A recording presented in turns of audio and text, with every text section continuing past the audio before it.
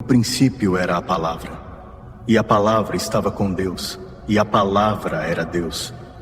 Aquele que é a palavra estava com Deus no princípio.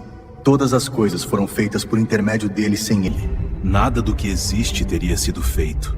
Nele estava a vida, e essa vida era a luz dos homens. A luz brilha nas trevas, e as trevas não a derrotaram. Surgiu um homem, enviado por Deus, chamado João. Ele veio como testemunha, para testificar acerca da luz, a fim de que, por meio dele, todos acreditassem. Ele próprio não era a luz, mas veio como testemunha da luz. Estava chegando ao mundo a verdadeira luz, que ilumina todos os homens. Aquele que é a palavra estava no mundo. O mundo foi feito por intermédio dele, mas o mundo não o reconheceu.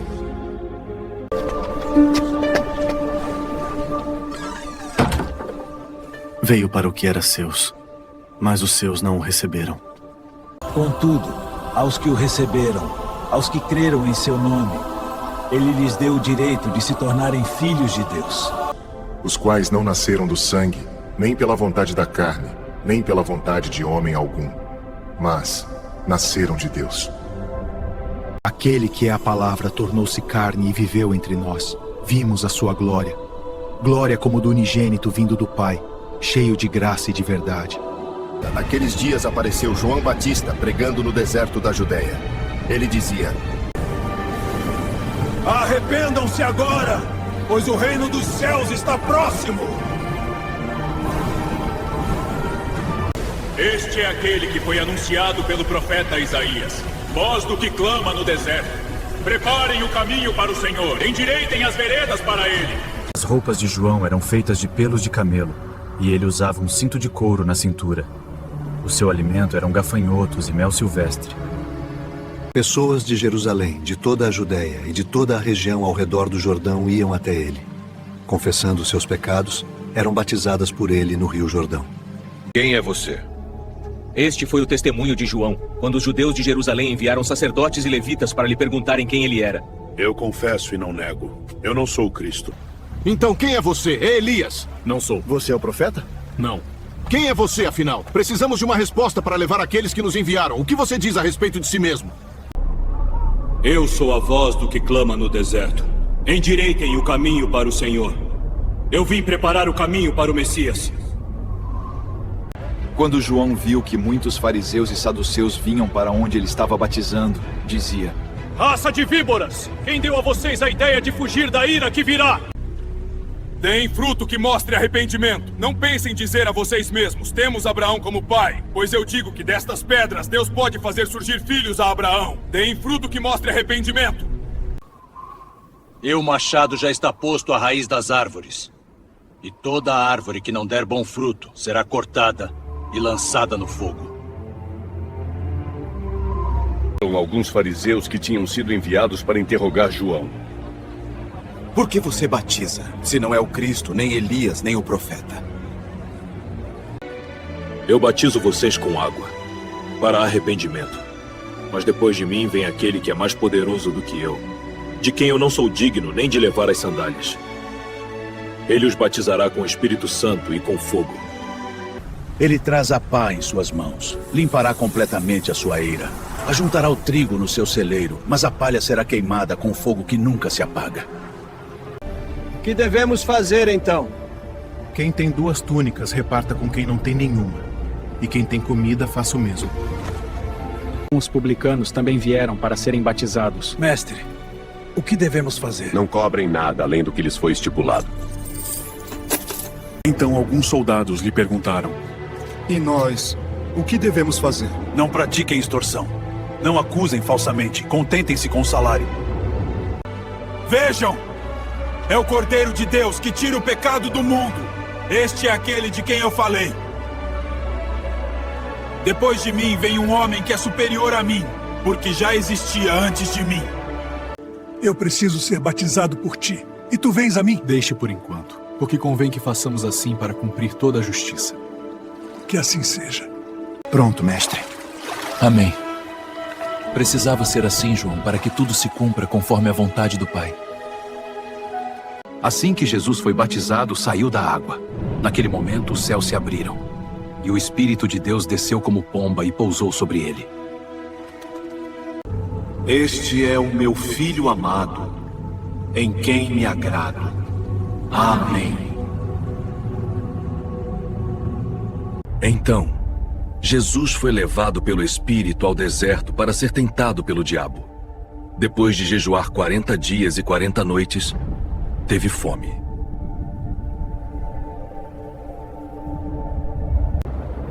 Se és o Filho de Deus, ordena que estas pedras se transformem em pães. Está escrito: nem só de pão viverá o homem, mas de toda palavra que procede da boca de Deus. Então, o diabo o levou à cidade santa e o colocou na parte mais alta do templo. Se és o Filho de Deus, joga-te daqui para baixo. Porque está escrito: Ele dará ordens aos seus anjos a teu respeito, e eles te segurarão nas mãos, para que não tropeces em alguma pedra. Também está escrito: não tentarás o Senhor teu Deus. Depois disso, o diabo levou Jesus a um monte muito alto e mostrou-lhe todos os reinos do mundo e a glória deles. Tudo isto te darei se, prostrado, me adorares. Retire-se, Satanás! Pois está escrito: adore ao Senhor o seu Deus, e só a Ele preste culto. Então, o diabo o deixou. E imediatamente, anjos vieram e o serviram. Jesus voltou para a Galiléia no poder do Espírito, e por toda aquela região a sua fama se espalhou. Ele ensinava nas sinagogas e todos o glorificavam. Ele foi a Nazaré, onde havia sido criado. No sábado, entrou na sinagoga, como era seu costume, e levantou-se para ler.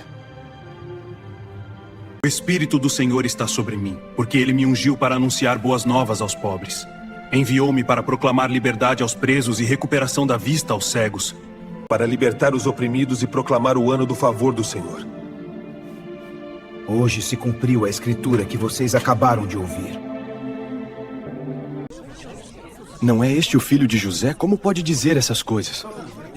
Nenhum profeta é aceito em sua própria terra. Vocês certamente dirão: médico, cura a ti mesmo. Havia muitas viúvas em Israel no tempo de Elias, quando o céu foi fechado por 3 anos e meio, e houve uma grande fome em toda a terra. Elias não foi enviado a nenhuma delas, senão a uma viúva de Sarepta, na região de Sidom. Também havia muitos leprosos em Israel no tempo do profeta Eliseu. Todavia, nenhum deles foi purificado, somente Naamã, o sírio. Todos os que estavam na sinagoga ficaram furiosos quando ouviram isso. Ele blasfema! Levantaram-se, expulsaram-no da cidade e o levaram até o topo da colina sobre a qual fora construída a cidade. Afaste-se, ele merece cair. Hoje ainda não é o dia. No dia seguinte, João estava ali novamente com 2 dos seus discípulos. Quando viu Jesus passando, disse: Vejam, é o Cordeiro de Deus. Então João, filho de Zebedeu, e André o seguiram. O que vocês querem? Rabi, onde estás hospedado? Venham e verão. Então, foram.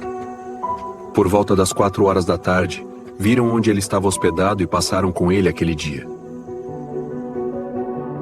Nós achamos o Messias, que quer dizer, o Cristo. Como assim, André? Então, me mostre. Então, André levou Simão até Jesus. Você é Simão, filho de João. Você será chamado Pedro. Que significa fragmento de rocha. No dia seguinte, Jesus decidiu partir para Galiléia.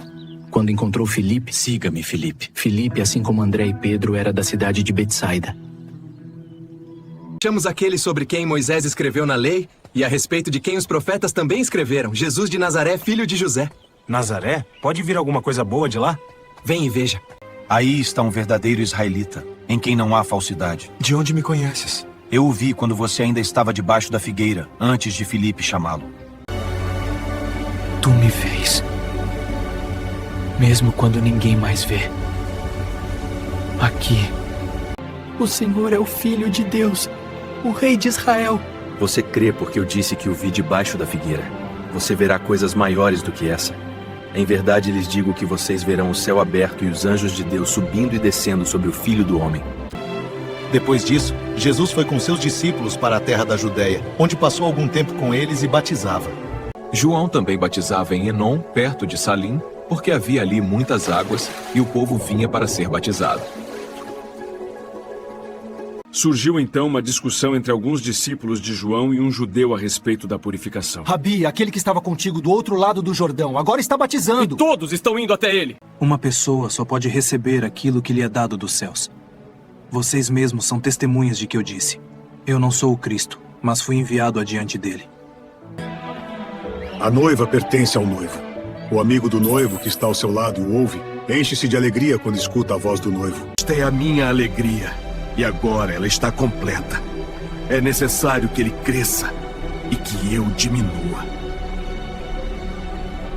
Aquele que vem do alto está acima de todos.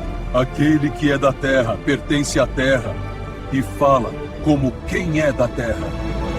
Aquele que vem do céu está acima de todos. Ele testifica o que viu e ouviu, mas muitos não aceitam o seu testemunho. Mas quem o aceita confirma que Deus é verdadeiro. Pois aquele que Deus enviou fala as palavras de Deus, porque Deus lhe dá o Espírito sem limitações. O Pai ama o Filho e entregou tudo em suas mãos. Quem crê no Filho tem a vida eterna. Quem rejeita o Filho não verá a vida, mas a ira de Deus permanece sobre ele. Não te é permitido viver com a mulher do teu irmão.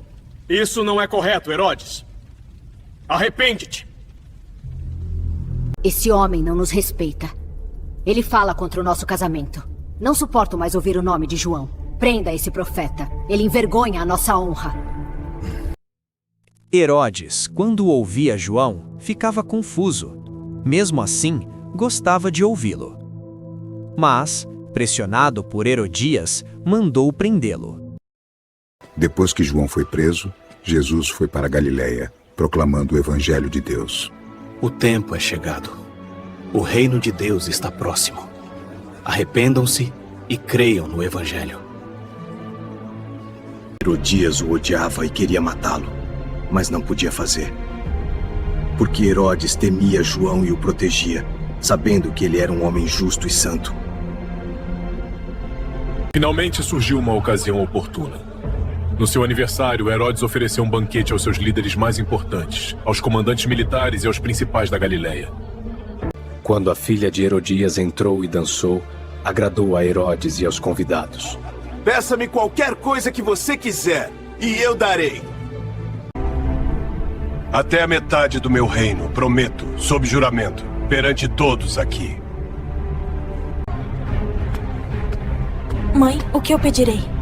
A cabeça de João Batista. Numa bandeja para mim.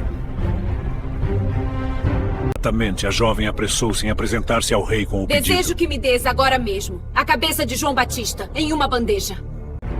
O rei ficou aflito, mas, por causa do juramento e dos convidados, não quis rejeitá-la. O caminho está preparado. Agora, olhem para ele, o Cordeiro de Deus, Jesus, o Filho de Deus. O rei imediatamente enviou um carrasco com ordens para trazer a cabeça de João. O homem foi, decapitou João na prisão. Trouxe a cabeça dele em uma bandeja. Ele a entregou à jovem, e esta a deu à sua mãe.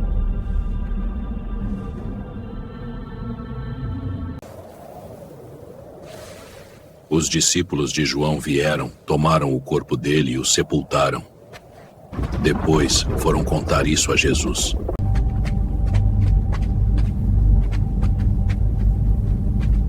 Nós o sepultamos, como ele ensinou, fiel até o fim. João cumpriu seu chamado agora. Pai, o tempo chegou. Agora é necessário que todos me conheçam. Certo dia, Jesus estava perto do lago de Genezaré, e uma multidão o comprimia de todos os lados para ouvir a palavra de Deus. Vá para onde as águas são mais fundas e lancem as redes para a pesca. Mestre, trabalhamos a noite inteira e não pegamos nada. Mas, porque és tu quem está dizendo, vou lançar as redes. quando o fizeram, pegaram tal quantidade de peixes que as redes começaram a se romper. Afasta-te de mim, Senhor, porque sou um homem pecador. Não tenha medo, Simão. De agora em diante, você será pescador de homens. Pois ele e todos os seus companheiros estavam perplexos com a pesca que haviam feito, como também Tiago e João, os filhos de Zebedeu, que eram sócios de Simão. Eles, então, arrastaram seus barcos para a praia. Pedro, André, Tiago e João deixaram tudo e seguiram Jesus. Mateus, siga-me agora. Sim, mestre. Mateus se levantou, deixou tudo e o seguiu. Vem à minha casa. Quero oferecer um banquete para ti. Mateus, com certeza, eu irei. Obrigado pelo convite. Amigos, venham. Hoje, o mestre está em minha casa. Jesus, à nossa mesa? Mas os fariseus e aqueles mestres da lei, que eram da mesma facção, começaram a se queixar aos discípulos de Jesus. Por que vocês comem e bebem com publicanos e pecadores? Não são os que têm saúde que precisam de médico, mas sim os doentes. Eu não vim chamar justos, mas pecadores ao arrependimento. Os discípulos de João jejuam e oram com frequência. Assim como os discípulos dos fariseus. Mas os teus vivem comendo e bebendo. Podem vocês fazer os convidados do noivo jejuar enquanto o noivo está com eles? Mas virão dias em que o noivo lhe será tirado. Nesses dias, eles jejuarão. Quem tira um remendo de roupa nova e o costura em roupa velha. Se fizer isso, estragará a roupa nova e o remendo da nova não se ajustará à velha. Ninguém põe vinho novo em vasilhas de couro velhas. Se o fizer, o vinho novo romperá as vasilhas. O vinho se derramará e as vasilhas se estragarão. Pelo contrário, vinho novo deve ser posto em vasilhas de couro novas.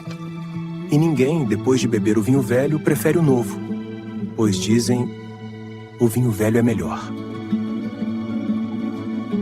Sigam-me. Ele chamou Pedro e André, Tiago e João. Chamou também Levi, Simão, chamado Zelote, Tomé, Tiago, o menor, Judas Tadeu e Bartolomeu, Felipe e Judas Iscariotes, que mais tarde o trairia.